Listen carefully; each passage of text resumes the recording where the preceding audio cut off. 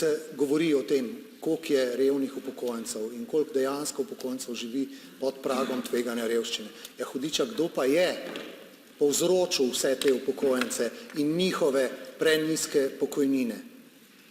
Kdo pa je določal sistemske ukrepe in sprejemal zakone, ki so jim potem izračunale tako nizke pokojnine?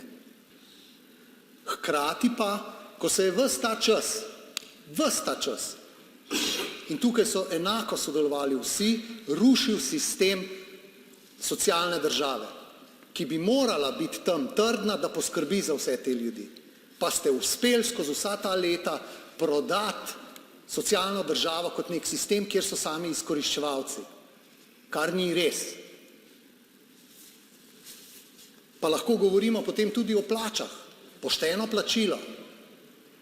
V preteklosti, v zadnjih 15 letih se je plačni sistem uskladil 3-krat, s tem, da se je zamrznilo cel kup plač. In zaradi prenizkih plač, ki se niso usklajevale, so potem tudi prispevki bili prenizki in potem posledično prenizke pokojnine. Kdo je sodeloval v tem? In danes poslušamo iz tiste strani, ker ste bili zraven, kako smo mi odgovorni za te upokojence.